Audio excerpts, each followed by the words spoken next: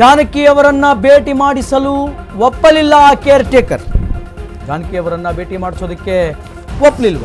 Care taker ಮಾತು ಕೇಳಿ ಗಾಬರಿಗೊಂಡಂತಹ ಹಿರಿಯ ಪತ್ರಕರ್ತರು, ಸರ್ ಜಾನಕಮ್ಮ ಈಗ ಊರಲ್ಲಿಲ್ಲ, ಮಂಗಳೂರಿಗೆ ಹೋಗಿದ್ದಾರೆ ಅನ್ನುವಂತಹ ವಿಚಾರವನ್ನ ಆ ಕೇರ್ ಟೇಕರ್ ಹೇಳಿದರು. ಇದ್ದರೂ ಆರೋಗ್ಯದ ದೃಷ್ಟಿಯಿಂದ ಜಾನಕಮ್ಮನನ್ನ ಭೇಟಿಯಾಗೋದು ಕಷ್ಟ. ಜಾನಕಿಯನ್ನು ಹುಡುಕಿಕೊಂಡು ಬಂದಂತಹ ಅನೇಕ ಜನ ಫ್ಯಾನ್ಸ್ಗಳು ಅವರ ಮನೆ ಬಾಗಿಲಿಗೆ ಬರ್ತಾರೆ.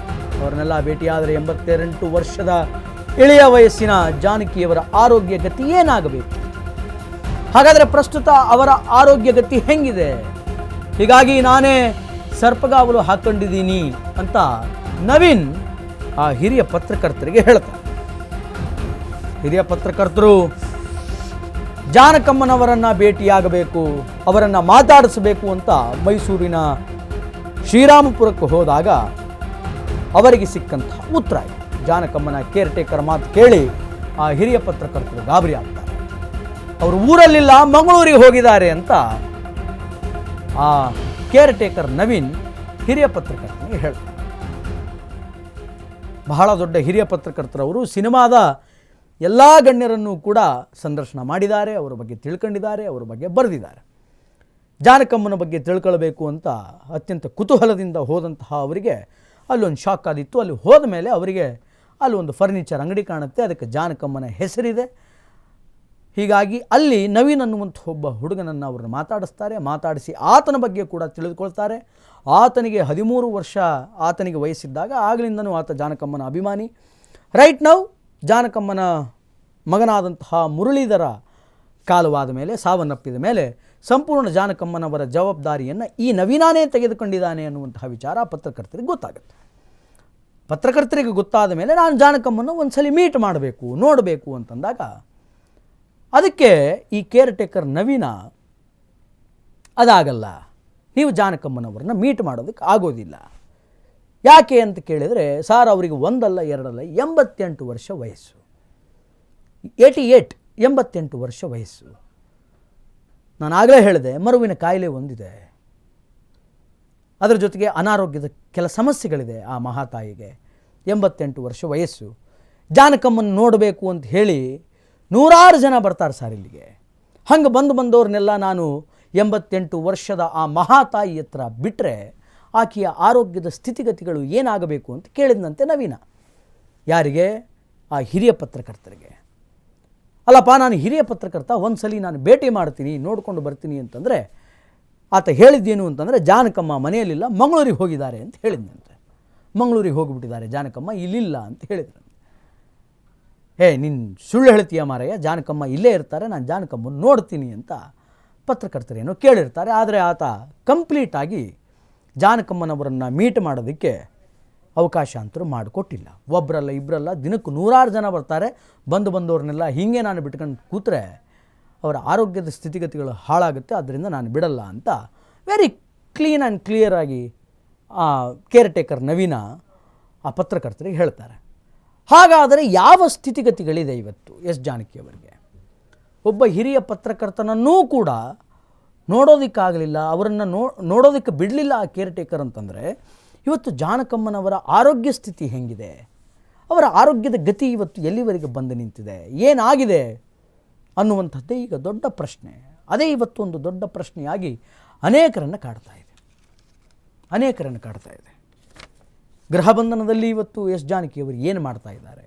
4 ಗೋಡೆಗಳ ಮಧ್ಯೆ, ಅಂದರೆ ಇಷ್ಟು ವರ್ಷಗಳ ಕಾಲ ಸ್ಟುಡಿಯೋಗಳಲ್ಲಿ ಅನೇಕ ಸಂಗೀತ ವಾದ್ಯಗಳ ಮಧ್ಯೆ ತನ್ನ ಜೀವನವನ್ನು ಕಳೆದಂತಹ, ಯಾವಾಗಲೂ ಸದಾ ಮೈಕ್ ಮುಂದೆ ನಿಂತುಕೊಂಡು ಶ್ರುತಿ, ರಾಗ, ತಾಳ ಇವುಗಳ ಜೊತೆ ಬದುಕಿದಂತಹ, ಸರಿಗಮ ಪದನಿಸ ಅನ್ನುವಂತಹ ಸಪ್ತ ಸ್ವರಗಳ ಜೊತೆ ಜೀವನವನ್ನು ನಡೆಸಿದಂತಹ ಮಹಾತಾಯಿ ಇವತ್ತು 6 ಗೋಡೆಗಳ ಮಧ್ಯೆ ಹೆಂಗಿದ್ದಾರೆ ಅನ್ನುವಂತಹ ಕುತೂಹಲ ಆಬ್ವಿಯಸ್ಲಿ ಆ ಪತ್ರಕರ್ತರಿಗೆ ಹುಟ್ಟುಕೊಳ್ತೀವಿ. ಇನ್ನು ಇದಕ್ಕೆ ಸಂಬಂಧಪಟ್ಟಂತೆ ಮತ್ತೊಂದು ಬ್ರೇಕಿಂಗ್ ಬರ್ತಾ ಇದೆ. ಬ್ರೇಕಿಂಗನ್ನು ನೋಡ್ಕೊಂಡು ಬರೋಣ. S Janaki caretaker Naveen ಪ್ರಕಾರ ಪ್ರವರ್ ಇಷ್ಟಕ್ಕೆ ನಿಲ್ಲಲಿಲ್ಲ. ಜಾನಕಿಯವರನ್ನು ಸಾಕಷ್ಟು ಜೋಪಾನವಾಗಿ ನಾನು ನೋಡ್ಕೊಳ್ತಾ ಇದ್ದೀನಿ. ಹೆತ್ತ ಮಗ ಮುರಳಿ ಕೃಷ್ಣ ತೀರ್ಕೊಂಡ ಮೇಲೆ ನಾನೇ ಈಗ ಮಗನಾಗಿದ್ದೀನಿ, ಸ್ವಂತ ಮಗನಂತೆ ನಾನು ಜಾನಕಿಯವರನ್ನು ನೋಡ್ಕೊಳ್ತಾ ಇದ್ದೀನಿ ಅನ್ನುವಂತಹ ಮಾತನ್ನು ಹೇಳ್ತಾರೆ. ಜಾನಕಿ ಪರ್ಮಿಷನ್ ಪಡೆದೇ ಈ ನನ್ನ ಅಂಗಡಿಯನ್ನು ನಾನು ನಿರ್ಮಾಣ ಮಾಡಿಕೊಂಡಿದ್ದೀನಿ. ಸ್ವತಃ ಜಾನಕಿಯವರೇ ಬಂದು ಈ ಫರ್ನಿಚರ್ ಅಂಗಡಿಯನ್ನು ಉದ್ಘಾಟನೆ ಮಾಡಿದ್ದಾರೆ. ಹೀಗಂತ ತಮ್ಮ ಬೆನ್ನನ್ನು ತಾವೇ ತಟ್ಟಿಕೊಂಡು ಜಾನಕಿಯ ಕೇರ್ ಟೇಕರ್ ನವೀನ್ ಅವರು ಆ ಪತ್ರಕರ್ತರಿಗೆ ಹೇಳಿದರು. ಜಾನಕಿಯವರನ್ನು ಇರಿಸಿರುವ ಮನೆ ಎಲ್ಲಿದೆ ಎನ್ನುವಂತಹ ಗುಟ್ಟನ್ನು ಎಲ್ಲಿಯೂ ಕೂಡ ಆ ನವೀನ್ ಆ ಪತ್ರಕರ್ತರ ಮುಂದೆ ಬಿಡಲಿಲ್ಲ. ಪತ್ರಕರ್ತರು ಹೋಗಿ ಆ ಕೇರ್ ಟೇಕರ್ ನವೀನನ್ನು ಮಾತಾಡಿಸ್ತಾರೆ. ಆದರೆ ಆತ ಅಷ್ಟಕ್ಕೆ ಮಾತು ನಿಲ್ಲಿಸಲ್ಲ. ಜಾನಕಿಯವರನ್ನು ಸಾಕಷ್ಟು ಜೋಪಾನವಾಗಿ ನಾನು ನೋಡ್ಕೊಳ್ತಾ ಇದ್ದೀನಿ. ಅವರ ಮಗ ಮುರಳೀಕೃಷ್ಣ ತೀರ್ಕೊಂಡ ಮೇಲೆ ನಾನೇ ಮಗನಾಗಿಬಿಟ್ಟಿದ್ದೀನಿ. ಒಬ್ಬ ಮಗ ಹೆಂಗೆ ನೋಡ್ಕೊಳ್ಬೇಕು ಹಂಗೆ ನಾನು ಜಾನಕಿ ಅಮ್ಮ ಅವರನ್ನು ನೋಡ್ಕೊಳ್ತಾ ಇದ್ದೀನಿ. ಜಾನಕಿ ಅಮ್ಮನವರ ಪರ್ಮಿಷನ್ ತೆಗೆದುಕೊಂಡೇ ನಾನು ಅವರ ಹೆಸರನ್ನು ನನ್ನ ಫರ್ನಿಚರ್ ಅಂಗಡಿಗೆ ಇಟ್ಟಿದ್ದೀನಿ. ಸ್ವತಃ ಈ ಅಂಗಡಿಯ ಉದ್ಘಾಟನೆಗೆ ಜಾನಕಿ ಅಮ್ಮ ಅವರೇ ಬಂದಿದ್ದರು. ಜಾನಕಿ ಅಮ್ಮ ಅವರು ಬಂದು ಈ ಅಂಗಡಿಯ ಇನಾಗ್ರೇಷನ್ ಮಾಡಿದ್ದಾರೆ. ಜಾನಕಿ ಅಮ್ಮ ಅವರು ಎಲ್ಲಿದ್ದಾರೆ ಅನ್ನುವಂತಹ ಗುಟ್ಟನ್ನು ಅವರು ಆ ಪತ್ರಕರ್ತರು ಎಷ್ಟೇ ಪ್ರಯತ್ನ ಪಟ್ಟರೂ ಕೂಡ ಈ ವ್ಯಕ್ತಿ, ಈ ಕೇರ್ ಟೇಕರ್ ಅನ್ನುವಂತಹ ನವೀನ ಬಿಟ್ಟುಕೊಡಲಿಲ್ಲ. ತಾನೇ ತನ್ನ ಬಗ್ಗೆ ಅನೇಕ ವಿಚಾರಗಳನ್ನು ಹೇಳ್ಕೊಂಡ, ತನ್ನನ್ನು ತಾನೇ ಪ್ರಶಂಸೆಯನ್ನು ಕೂಡ ಮಾಡ್ಕೊಂಡ. ನಾನು ಸ್ವಂತ ಮಗನ ಥರ ನೋಡ್ಕೊಳ್ತಿದ್ದೀನಿ, ನಾನೇ ಮಗ ಆಗಿಬಿಟ್ಟಿದ್ದೀನಿ. ಈಗ A to Z ಆ ಮಹಾತಾಯಿ ಏನೇನು ಬೇಕೋ ಅದನ್ನೆಲ್ಲ ನಾನೇ ಮಾಡಿ ಹಾಕ್ತಾ ಇದ್ದೀನಿ, ನಾನೇ ಎಲ್ಲವನ್ನು ನೋಡ್ಕೊಳ್ತಾ ಇದ್ದೀನಿ ಅಂತ ಸ್ವಯಂ ಹೊಗಳಿಕೆ, ತನ್ನ ಮೇಲೆ ತಾನೇ ಅನೇಕ ಗಣ್ಯ ವಿಚಾರಗಳನ್ನು, ದೊಡ್ಡ ದೊಡ್ಡ ವಿಚಾರಗಳನ್ನು ಹೇಳ್ಕೊಂಡ.